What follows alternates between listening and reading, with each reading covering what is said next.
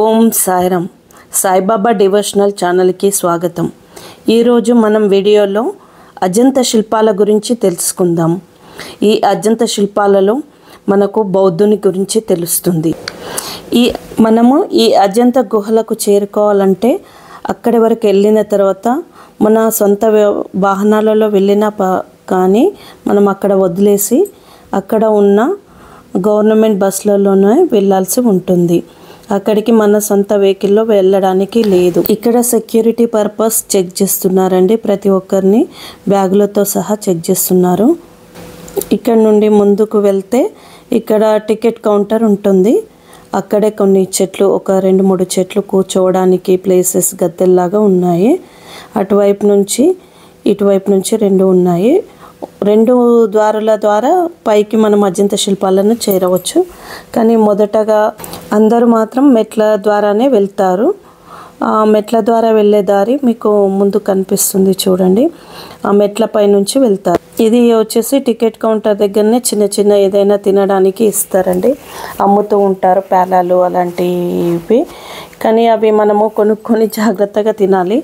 పక్కనే వచ్చేసి మీకు కోతులు కూడా చాలా ఎక్కువగా ఉంటాయి. మనం తినేలోపే అవి లాగేసుకుంటూ ఉంటాయి. ఇంకా ఇవి వచ్చేసి మెట్లు. ఈ మెట్లు ఎక్కుతూ వెళ్తూ ఉండాలి. చాలా మెట్లే ఉంటాయండి. ఈ మెట్ల నుండే ఎక్కుతూ వెళ్ళాలండి. ఇలా ఎక్కుతూ వెళ్తుంటే కొద్ది దూరం వెళ్ళిన తర్వాత మనకి నడవలేని వాళ్ళ కోసము వచ్చేసి ఆ పక్కన నుండి ఇట్లా ఒక 2 కూర్చోబెట్టుకొని జోలాలాగా తీసుకొని వెళ్తూ ఉంటారు. అలా వెళ్ళొచ్చండి. దానికి వచ్చేసి 2000 నుంచి 3000 వరకు ఛార్జ్ చేస్తారు. మీకు కనిపించే ఆ చిన్న చిన్న గుహలేనండి మొత్తము మనకు అజంతా గుహలు. ఇది వచ్చేసి మెట్ల పక్కన నడుస్తూ ఉంటుంటే ఉన్నాయండి. ఇలా పక్కన మొత్తము ఇది దారి. ఇలా దారిలో వెళ్తూ ఉండగా సెక్యూరిటీ గార్డ్స్ కూడా మధ్యలో ఉంటారు. మనకు కనిపించే అక్కడ దూరంలో కనిపించే చిన్న చిన్న స్తంభాలన్నీ చిన్న చిన్న గుహలు కాదండి, అవి చాలా పెద్ద ఉంటాయి. అక్కడ వెళ్ళిన తర్వాత మనకు కనిపిస్తుంటే ఇక్కడ నుంచి చూస్తే చాలా చిన్నవిగా కనిపిస్తున్నాయి చూడండి. అవే మొత్తము 29 గుహలు. అవన్నీ గుహలండి. ఒక్కొక్క గుహకు ఒక్కొక్క ప్రత్యేకత లాగా ఉంది. మొత్తం ఇది బౌద్ధ మతానికి సంబంధించిన బౌద్ధ గుహలేనండి. ప్రతి గుహలో బుద్ధుడు ఉంటాడు. ఈ బౌద్ధ గుహలు వచ్చేసి మహారాష్ట్రలోని ఔరంగాబాద్ జిల్లాలో ఉన్నాయండి. వచ్చేసి మనకు టికెట్ చెక్ చేస్తున్నారండి. టికెట్ వచ్చేసి ఇండియన్స్కి 40 రూపీస్, ఇంకా అదర్ కంట్రీస్కి వచ్చేసి 600 రూపీస్ అండి. 15 years ఓల్డ్ లోపు వాళ్ళకి టికెట్ లేదు. ఇంకా ఇక్కడ నుండి గుహలు స్టార్ట్ అండి. చూడండి, ఇది గుహలు లోపల కొన్ని రిపేర్స్ చేస్తున్నారండి. చాలా సంవత్సరాల నుంచి ఉంది కాబట్టి డోర్స్ పెట్టడం, చిన్న కొంచెం ఖరాబ్ అయిన వాటిని రిపేర్ చేస్తున్నారు. ఇప్పుడు గుహలోకి మనం వెళ్తున్నాము.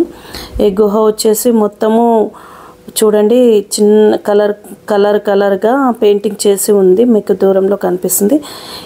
ఇందులో మనకి ఫ్లాష్ లైట్ ఇచ్చి మనకు వీడియో తీయడానికి లేదు. కొన్ని గుహలలోనైతే అసలు చేయడానికే లేదు వీడియో చేయడానికి.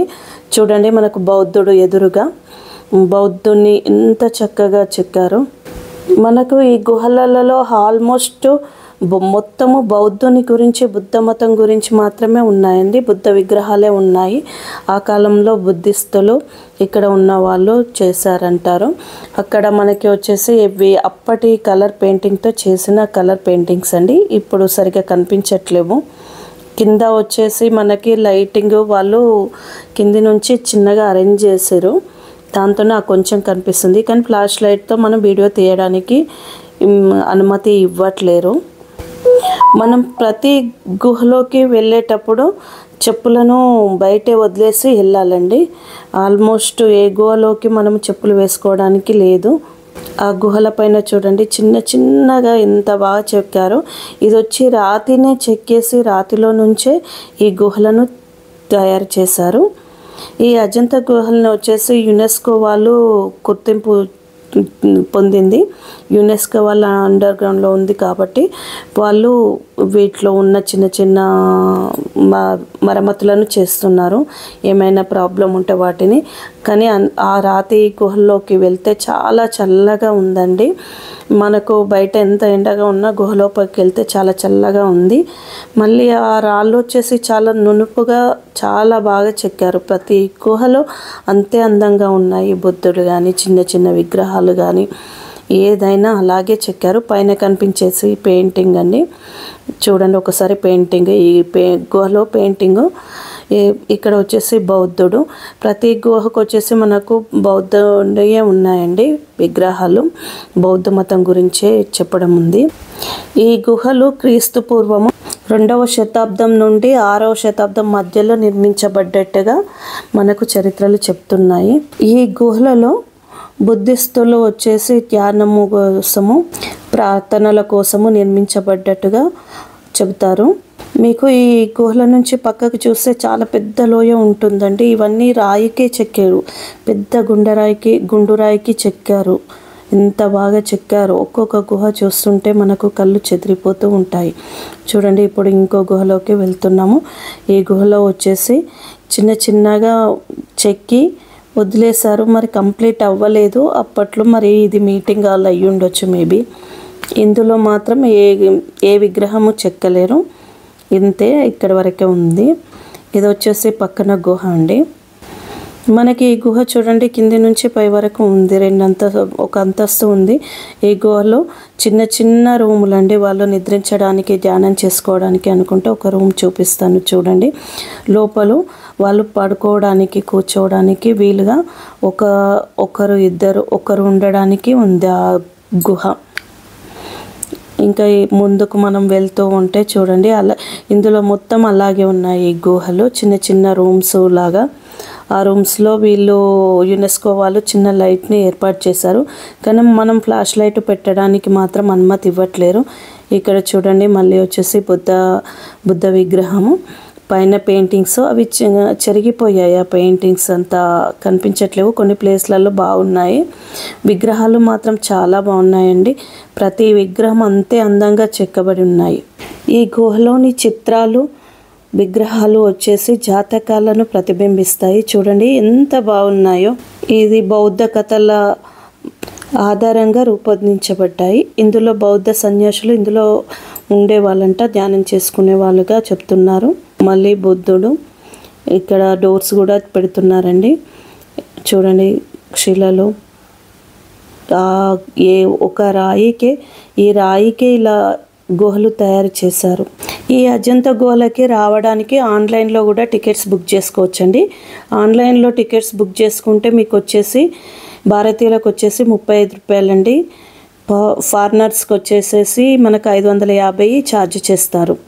ఇక్కడ చూడండి, బుద్ధిస్తులు చైనా నుండి వచ్చారు. వాళ్ళు ఫొటోస్ కూడా తీసుకుంటున్నారు.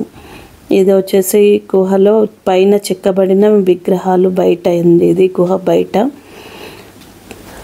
ఈ గుహ యొక్క సమయాలు ప్రతిరోజు 9 గంటల నుంచి సాయంత్రం 5 గంటల వరకు మాత్రమే ఉంటుందండి. మనకి ఈ గుహ బయట యునెస్కో వాళ్ళు ఏర్పాటు చేసిన క్యాంటీన్ కూడా ఉంటుందండి. మనము డబ్బులు ఇచ్చి తినవచ్చును. ఫుడ్ బాగుంటుంది. మనం ఈ మొత్తం గుహలు తిరగడానికి ఆల్మోస్ట్ 3 to 4 hours పడుతుందండి. ప్రతి గుహకి మనం ఖచ్చితంగా చెప్పులు వదిలేసి లోపలికి వెళ్ళి బుద్ధుని దర్శించుకోవచ్చండి. ఔరంగాబాద్ సెంట్రల్ బస్ స్టేషన్ నుండి మహారాష్ట్ర రోడ్ రవాణా సంస్థ వారు అజంతా గుహల వరకు బస్సులను నడిపిస్తున్నారు. ఈ ప్రయాణానికి సుమారు 2.5 గంటలు పడుతుందండి. అక్కడి నుండి అజంతా గుహలకి టికెట్ ధర సుమారు 121 రూపాయలు ఉంటుంది. ఈ ఔరంగాబాద్ నుంచి మనకు సమీప ప్రదేశాలను చూడాలంటే బీబీబా మక్బరా మరియు ఔరంగా గుహలు, దౌలతాబాద్ కోట వంటి ప్రదేశాలు చూడవచ్చు. అలాగే ఎల్లోరా గుహలు కూడా చాలా బాగుంటాయండి. ఎల్లోరా గుహలు కూడా దగ్గరలోనే ఉంటుంది. ఈ ఎల్లోరా గుహలు వచ్చేసి 100 కిలోమీటర్ల దూరంలో ఉంటాయండి అజంతా శిల్పాలకి. ఇందులో ముఖ్యమైన గుహలు వచ్చేసి 1, 2, 9, 10, 16, 26 గుహలు. మీరు అంత సమయము నడవలేకపోతే ఈ ముఖ్యమైన గుహలను చూసినా మీకు అంత క్లియర్గా ఉంటుంది. ఆ గోళలలో మొత్తం క్లియర్గా బౌద్ధిజం గురించి ఉంటుంది. ఒకటో గుహ వచ్చేసి ఈ అజంతా గుహలలో అత్యంత ప్రసిద్ధిగాంచిన గుహ.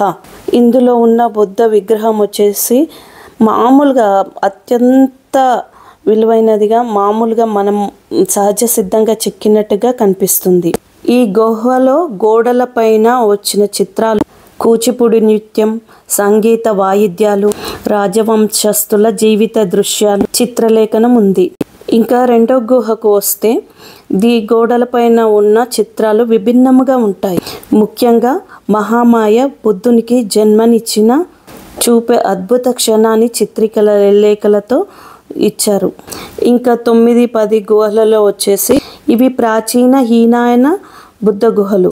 ఇవి ప్రార్థనా మందిరాలుగా ఉపయోగపడ్డాయి. మధ్యలో వచ్చేసి స్తూపం ఉంటుంది. ఇంకా 16వ గుహ వచ్చేసి సూత్రధారి గుహ పిలువబడుతుంది. ఇందులోని చిత్రాలు వచ్చేసి దయామయుడైన బుద్ధుడి అనే చిత్రం వ్యాప్తంగా ప్రఖ్యాతత పొందింది. 26వ గుహ, దీనిలో వచ్చేసి పెద్ద బుద్ధ విగ్రహం ఉంది. దీనిలో బుద్ధుడు నిర్వహణంగా ఉన్నారు. ఇందులోని శిల్పాలు అత్యంత ప్రతిష్టాత్మకమైనవి. ఈ గోడపైన చెక్కబడిన పెయింటింగ్స్, విగ్రహాలు ఏవైనా బుద్ధుని యొక్క జీవిత చరిత్ర గురించి చెప్పుతాయి. అలాగే ఇవన్నీ న్యాచురల్ కలర్స్తోనే చేసినాయండి. సహజ సిద్ధమైన కలర్స్తోనే పెయింటింగ్ వేశారు. ఇవన్నీ అప్పటి కాలం నాటి అండి. ఈ గుహలో వచ్చేసి ఇంకా ఏ విగ్రహము లేదు. ఇది నార్మల్గా చెక్కబడి ఉన్నాయి. ఒక్క విగ్రహం కూడా లేదు, ఇక్కడ వరకే ఉంది. కానీ ఇంత అద్భుతమైన గుహలు, అజంతా గుహలు జీవితంలో ఒక్కసారైనా చూడదలిచినవండి. ఒక్కసారి చూడండి. ప్రతి విగ్రహము, ప్రతి రాయి, ప్రతిది ఒక్కటి అవి చేతులతో చెక్కబడినాయి. ఆ కాలంలో ఇంత పెద్ద గుహలు, ఇంత అద్భుతమైన శిల్పాలను ఎలా చెక్కి ఉంటారో ఒక్కసారి ఆలోచించండి. అయితే ఈ గుహలలో పెయింటింగ్స్ కోసం వాడిన కలర్స్ న్యాచురల్గా ఆకుపచ్చ, ఎరుపు, నీలం. ఒక్కసారి ఈ గుహ చూడండి, తన్మయంతో మైమర్చిపోతాము. పైన అంత పైనకి ఎలా చెక్కారు. ఇది వచ్చేసి బౌద్ధుడు ఎలా పడుకొని ఉన్నారు చూడండి. ఫస్ట్ నుంచి చివరి వరకు చాలా పెద్దగా ఉంది. కింద వచ్చేసి మళ్ళీ బౌద్ధ అవతారాలు, బుద్ధుని అవన్నీ ఉన్నాయి. మీకు లైటింగ్ సరిగ్గా లేకపోయేసరికి క్లియర్గా నేను చూపించలేకపోతున్నాను. ఫ్లాష్ లైట్ వాడకూడదు అని చెప్పారు. ఒకసారి ఈ విగ్రహాలను చూడండి. ఇదంతా ఈ గుహలోని విగ్రహాలేనండి. ప్రతి ఒక్కటి చిన్న చిన్నగా చేస్తూ వచ్చాను, కానీ అంతగా క్లియర్గా కనిపించట్లేదు. చిన్న చిన్న చక్రాలు, చేతి వేళ్ళు, అన్ని కాళ్ళు, ప్రతి శిల్పము ఒక అద్భుతము. జీవితంలో ఒక్కసారైనా ఈ అద్భుతాన్ని తరించి చూడాల్సిందేనండి.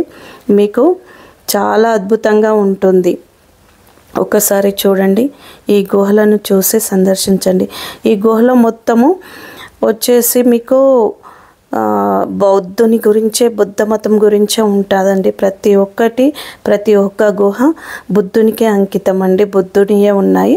అప్పట్లో ధ్యానం చేసుకునే వాళ్ళందరూ ఇక్కడ ఉండేవారని చెప్తున్నారు పక్కన గైడ్స్. ఇక్కడ చూడండి. ఈ నా యొక్క వీడియో మీకు నచ్చితే లైక్ చేసి, షేర్ చేసి, సబ్స్క్రైబ్ చేయండి. ధన్యవాదాలు.